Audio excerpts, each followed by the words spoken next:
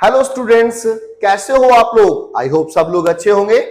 चलिए, हमारी जो क्लास चल रही थी वो जर्नल पर चल रही थी। जर्नल पर हम एक वीडियो पहले कर चुके हैं जिसमें हमने बेसिक्स पढ़ लिया था, अपने रूल्स पढ़ लिए थे। आज हम कुछ नई एंट्रीज के साथ जो थोड़ा आपको परेशान करती हैं, आपके लिए टिपिकल होती है, कंफ्यूजन पैदा करती हैं, वो सब कंफ्यूजन भी हम मिटा देंगे आज की इस वीडियो में। ठीक है, चलिए तो शुरू करते हैं।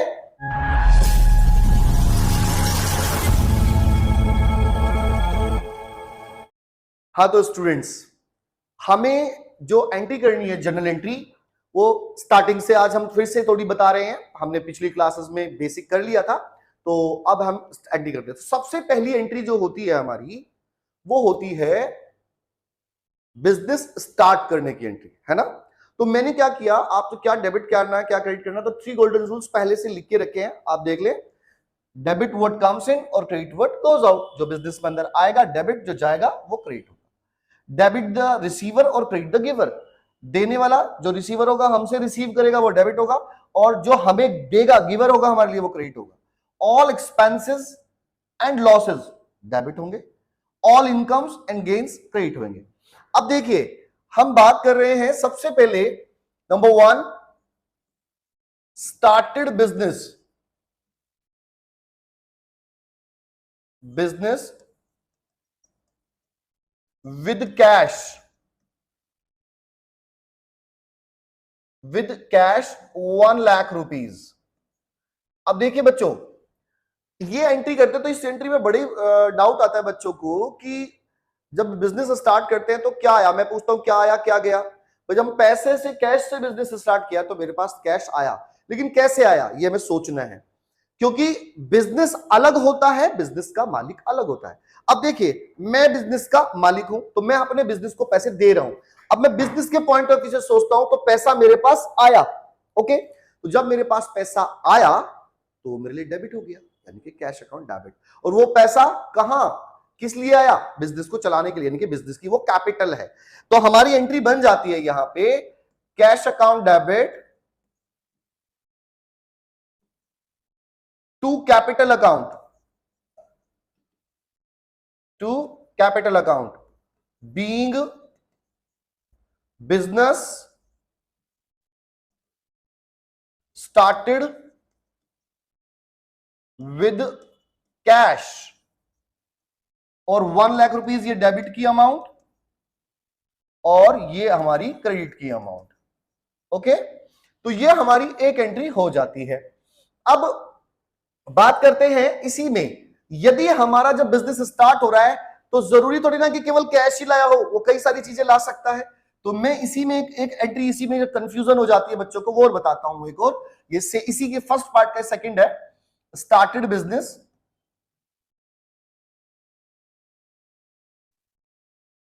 विद कैश, बैंक, फर्नीचर और मशीनरी। ये अब हम कई सारी चीजों के साथ बिजनेस स्टार्ट कर सकते हैं। सपोज जब मैंने बिजनेस स्टार्ट किया तो घर से पैसे लेके आया, कैश। कुछ बैंक में पैसे थे, वो भी ले आया। मेरे पास कुछ फर्नीचर इस तरह का पड़ा हुआ था कि वो बिजनेस में यूज हो सकता, वो भी ले आया। और मशीनरी, मशीनरी भी कुछ पड़ी थी जो बिजनेस में यूजेबल है, मैं वो भी ले आया। तो उन सब चीजों की जो मॉनेटरी वैल्यू है वो मेरे बिजनेस में काम आएगी, वो कैपिटल है। तो एंट्री क्या बनी, देखिए एंट्री बनी हमारी कैश अकाउंट डेबिट, फिर बैंक, बैंक अकाउंट डेबिट। वही मान लीजिए मैं कैश लेके आया 50,000 का, और बैंक में मेरे पास पैसे थे 50,000, वो भी मैं बिजनेस के अंदर ले आया। फिर मैं फर्नीचर लाया, तो कुछ मेरे पास, तो फर्नीचर अकाउंट को भी डेबिट किया मैंने, वो 20,000 की फर्नीचर की वैल्यू थी। फिर मेरे पास एक मशीनरी थी तो मशीनरी भी ले आया, मशीनरी अकाउंट भी डेबिट कर लिया मैंने। तो ये मशीनरी आ गई 30,000 रुपीज की। और इन सबको मिला करके, थोड़ा सा स्पेस छोड़ेंगे, टू कैपिटल अकाउंट, ठीक है। और इनका सबका टोटल, इनको सबको टोटल किया 1,50,000, ये हमारी बिजनेस की कैपिटल बन गई। यानी कि ये चीजें, चार चीजें लगा के मैंने बिजनेस स्टार्ट किया और ये इसकी कैपिटल आ गई। नरेशन वैसे ही लिख देंगे, being business started with cash, bank, furniture and machinery, इन सब के साथ हमने बिजनेस स्टार्ट किया। तो ये हमारी, या तो ये एंट्री होगी या ये होगी। नॉर्मल एंट्री यही होती है, लेकिन कभी कभार कई बार एक कॉम्प्लिकेटेड एंट्री ये आ जाती है। अब देखो हमने बिजनेस स्टार्ट कर लिया, अब इसके बाद हम क्या करेंगे, मटेरियल खरीदेंगे, बेचेंगे। तो अगला ट्रांजैक्शन एक और लेते हैं हम, थोड़ा ऊपर कर लेते हैं।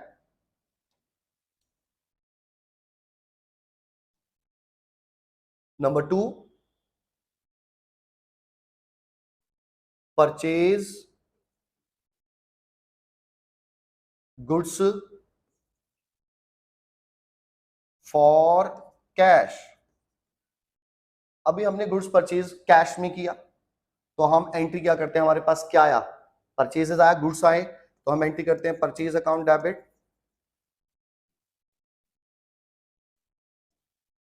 To cash account being goods purchased for cash. ठीक है, मैंने गुड्स खरीद लिए 10,000 रुपए के। अब यदि मैंने गुड्स कैश में ना खरीद के मैंने खरीदे होते goods purchased from Ram, from Mohan, कुछ भी, चलो मैं इसको बता देता हूं, गुड्स परचेज्ड फ्रॉम मोहन, मैंने मोहन से गुड्स खरीद लिए 20,000 रुपए के, तो एंट्री यही रहेगी। बस इसकी जगह पे cash, purchase account debit to cash हुआ, कैश की जगह पे उस बंदे का नाम आ जाएगा, तो एंट्री हो जाएगी हमारी purchases account debit to Mohan's account, to Mohan's account being goods purchased from Mohan 20,000। अच्छा एक बात बताइए, हमने भी गुड्स खरीदा ये 20,000 का मोहन से, मोहन हमें गुड्स पसंद नहीं आया, हमें अच्छा नहीं लगा, तो हम गुड्स वापस कर सकते हैं। तो हम इसको क्या कर सकते हैं, भाई गुड्स हमें अच्छा नहीं लगा, पुअर क्वालिटी दिखा कथा, अच्छा किसी भी वजह से हमने वापस कर दिया, तो हमने क्या किया, गुड्स रिटर्न्ड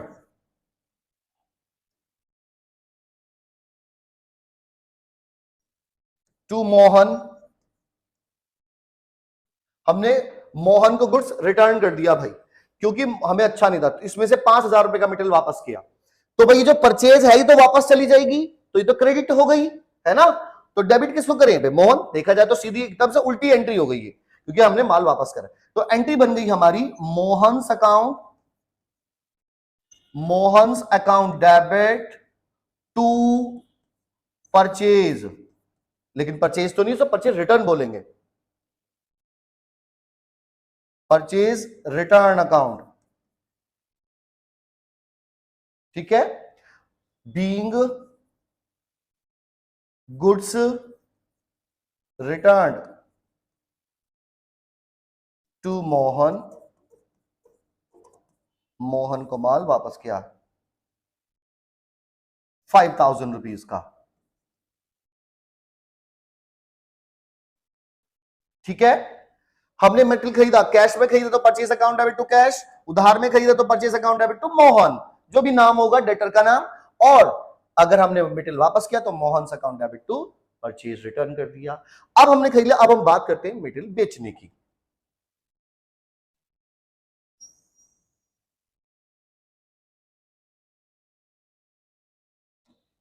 हाँ तो बच्चों, अब मैं लेता हूं आपकी थर्ड पॉइंट था ना, फोर्थ, हमने सेल किया गुड्स, और सेल भी करेंगे। तो goods sold to for cash, आपने कैश में गुड्स सेल किया 25,000 रुपीज का। तो भाई कैश में जब आपने गुड्स सेल किया तो क्या आया आपके पास, कैश आया, ठीक है। तो आप एंट्री क्या करेंगे, कैश अकाउंट डेबिट, और गया क्या, जो मटेरियल बेचा वो गया, यानी कि टू सेल्स। तो to sales account being goods sold for cash, cash में आपने मटेरियल बेच दिया 25,000 रुपीज का। ओके, अब यदि आपने कैश में ना बेचा होता, ये उधार में बेचा होता, गुड्स सोल्ड फॉर कैश। अब मैं कहता हूं गुड्स सोल्ड टू रवि, हमने रवि को मटेरियल बेचा, तो हम क्या करेंगे, इस कैश की जब, इसका मतलब ये रवि का नाम आया, इसका मतलब ये क्रेडिट है, क्योंकि नाम कब आता है, क्रेडिट होने पर ही आता है। तो हम इस कैश की जगह पे रवि का नाम कर लेंगे, क्योंकि पैसा तो आ नहीं रहा, मटेरियल जरूर जा रहा क्योंकि सेल कर रहे हैं, तो एंट्री आ गई।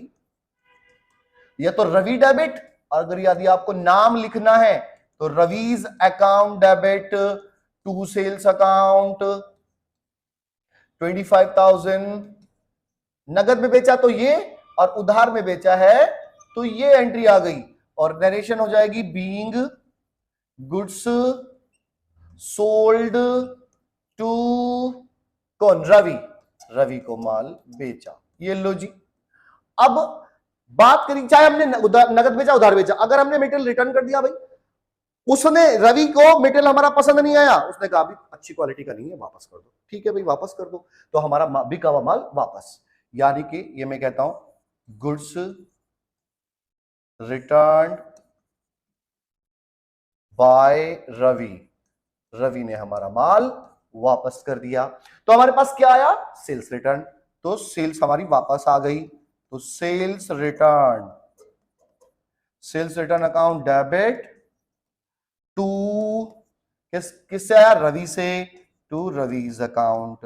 और रूल भी देख लो, मटेरियल वापस आया तो व्हाट कम्स इन डेबिट, और क्योंकि रवि से वापस आया, now Ravi is the giver to us, Ravi हमें दे रहा है माल वापस, तो उसको क्रेडिट करेंगे टू रवीज अकाउंट, और being goods returned by Ravi, ठीक है, रूल्स भी आपके साथ में चल रहे हैं। अब देखिए इसे थोड़ा सा आगे आते हैं हम, हमारे ना बैंक की प्रॉब्लम आती है, कच्चे कई बार बच्चे ना कहते हैं जी बैंक की ट्रांजैक्शन कैसे करें, तो हम बैंक में अकाउंट ओपन करने की, अकाउंट ओपन करने में क्या एंट्री आएगी, तो भाइयों बैंक में अकाउंट ओपन करने की क्या एंट्री आएगी वो देखो। तो यहां पे कई बार मॉडर्न अप्रोच भी हमारी यूज में आ जाती है। मॉडर्न अप्रोच में क्या है, असेट्स और एक्सपेंसेस को डेबिट कर देते हैं और लायबिलिटीज को क्रेडिट कर देते हैं, ठीक है। तो मैं इसको एक छोटा सा आपको साथ ही साथ बता देता हूं, कुछ बच्चों के माइंड में रहता है कि सर मॉडर्न अप्रोच क्या होती है। तो इसमें हम क्या करते हैं, असेट्स और एक्सपेंसेस, इनका जो नेचर होता है, इनका जो नेचर होता है वो डेबिट नेचर होता है, ठीक है। अब यदि इसको बढ़ा रहे हो तो डेबिट कर दो, और यदि इसको घटा रहे हो तो भाई क्रेडिट कर दो। इसी तरह से अब आता है आपकी लायबिलिटी और आपकी इनकम, और भाई कैपिटल भी लिख देता हूं, ये तीनों इनका नेचर होता है क्रेडिट, तो इसको अगर आप बढ़ाओगे तो क्रेडिट करोगे, और यदि घटाओगे तो डेबिट करोगे, ठीक है बंधु। तो इस तरह से आप इसको यूज कर सकते हैं। ये लीजिए, अब ये है क्या, कुछ नहीं। अब देखो बैंक बढ़ रहा है, बैंक हमारी एसेट है, बढ़ रहा है तो डेबिट कर दो। बैंक में आप जो बैंक जब अकाउंट खोलते हैं तो बैंक में पैसे जमा करना, बैंक अकाउंट खुल जाता है। तो हम क्या कर रहे हैं, open a bank account, bank account open किया, ठीक है। तो एंट्री क्या बनी, बैंक बढ़ गया, बैंक में पैसे आ रहे हैं, बैंक आ रहा है तो bank account debit,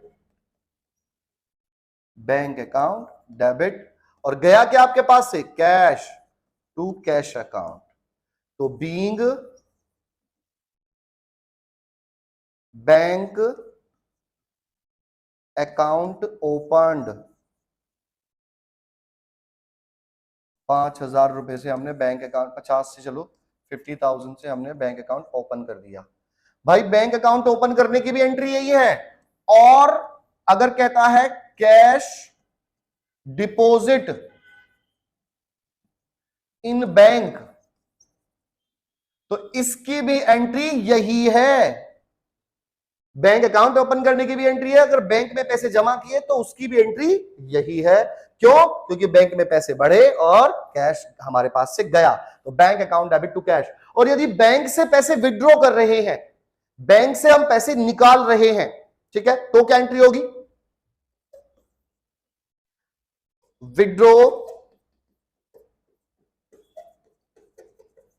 withdraw cash from bank.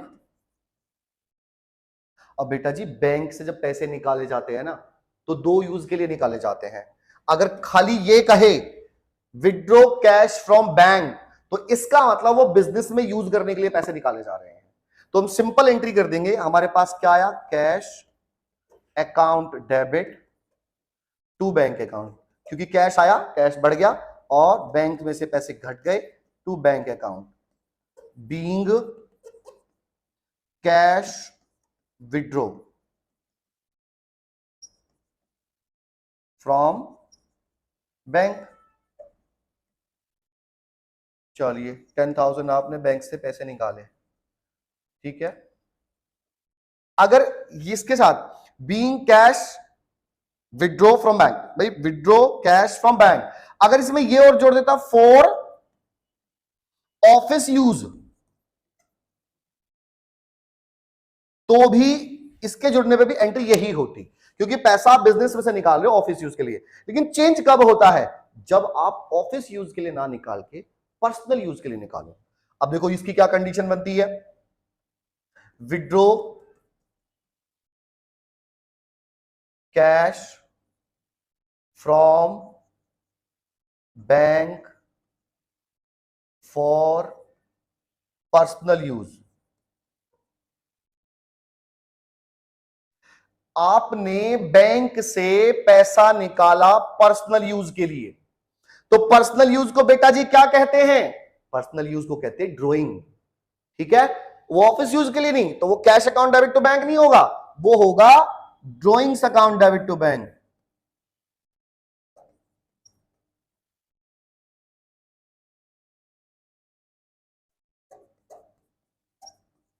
Drawings account debit to bank, being cash withdraw from bank for personal use.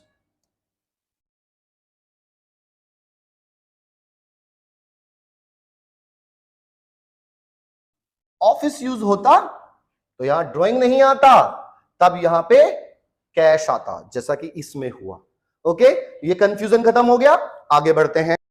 तो नेक्स्ट आता है हमारा, अब हमने कुछ एक्सपेंसेस पे करने हैं या इनकम रिसीव करनी है। ओके, तो क्या रूल लगेगा? All expenses and losses are debited and all incomes and gains are credited. तो देखिए मैं एक्सपेंस पे कर रहा हूं, तो मैंने पे किया रेंट पेड, रेंट पेड। भाई रेंट पे करने की क्या एंट्री? रेंट तो पे कर रहे हैं, रेंट जा रहा है, तो इसमें हमने क्या रेंट के जैसे सर्विस ली है। बच्चे कहते हैं रेंट पेड सर ये क्या है? रेंट तो रेंट जा रहा है, रेंट क्रेडिट होना चाहिए। नहीं, हमने रेंट की सर्विस ली है, उसके बदले कैश दे रहे हैं, यानी कि रेंट को ही डेबिट करेंगे रेंट अकाउंट, तभी तो हमारा ऑल एक्सपेंसेस आर डेबिट होगा। तो हमारे एंट्री क्या बनी? हमारी एंट्री बनेगी बच्चों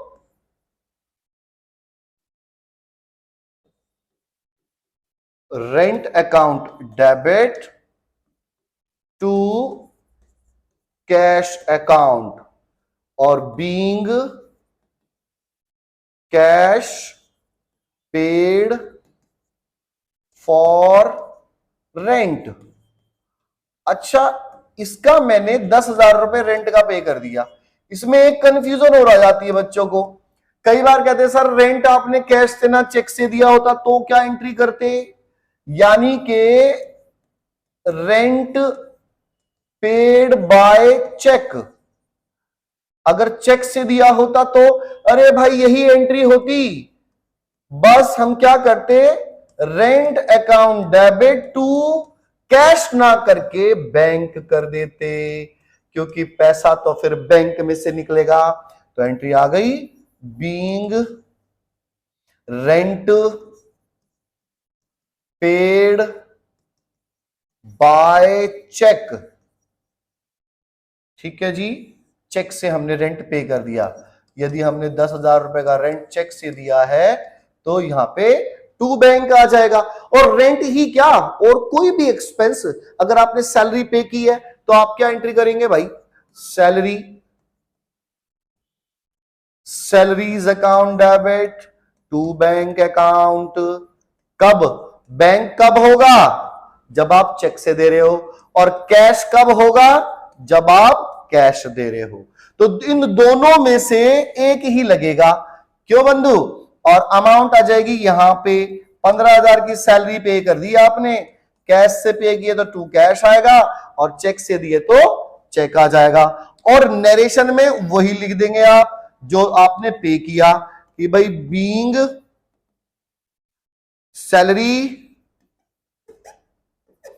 पेड बाय, अब कैश लिख दो या चेक लिख दो। अगर आपने कैश दिया तो आप यहां पे कैश लिखें, यदि आपने चेक दिया तो आप चेक लिखें, कोई कंफ्यूजन ही नहीं।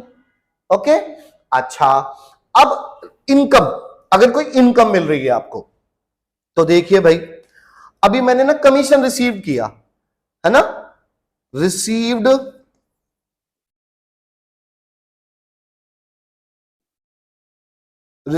कमीशन।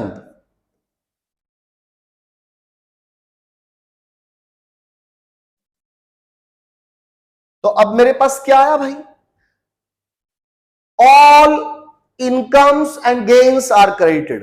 इनकम तो क्रेडिट कर रहे हैं, कमीशन को तो क्रेडिट कर देंगे भाई, इनकम है। तो आया क्या, कैश आया।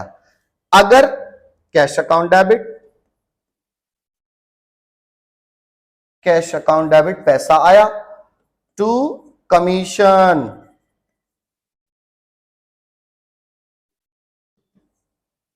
Commission received account. ठीक है, being commission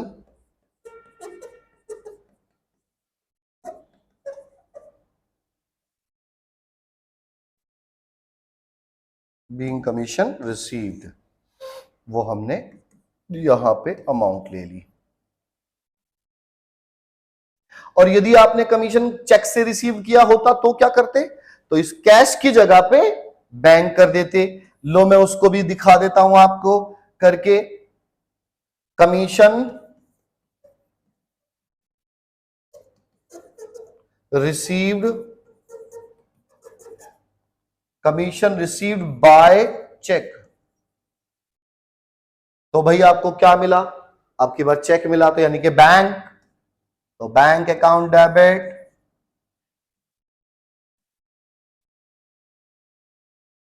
to commission, commission received account, being cheque received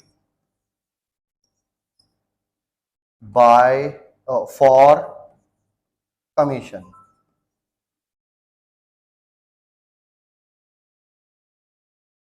अगर आपको चेक से मिला होता। ठीक है, तो स्टूडेंट्स ये आपकी ऑलमोस्ट एंट्रीज इसमें काफी सारी कवर हो गई हैं। अब हम नेक्स्ट वीडियो में कुछ एक स्टेप आगे बढ़ेंगे, जिसमें हमारी discount, bad debts and destroyed, material destroyed, trade discount, cash discount, अलग अलग एंट्रीज होंगी। तब तक आप इस लेवल के अकॉर्डिंगली सारी एंट्रीज क्लियर कर लें। यदि किसी को भी कोई कंफ्यूजन आता है तो मुझे कमेंट सेक्शन में कमेंट कर दें, मैं उस ही एंट्री के बारे में आपको हाईलाइट करके वीडियो बना दूंगा, ठीक है। और साथ ही साथ यदि हमारी वीडियो अच्छी लग रही हो तो इसे आप लाइक शेयर करें और कमेंट भी करें। Okay, thank you, bye bye, take care.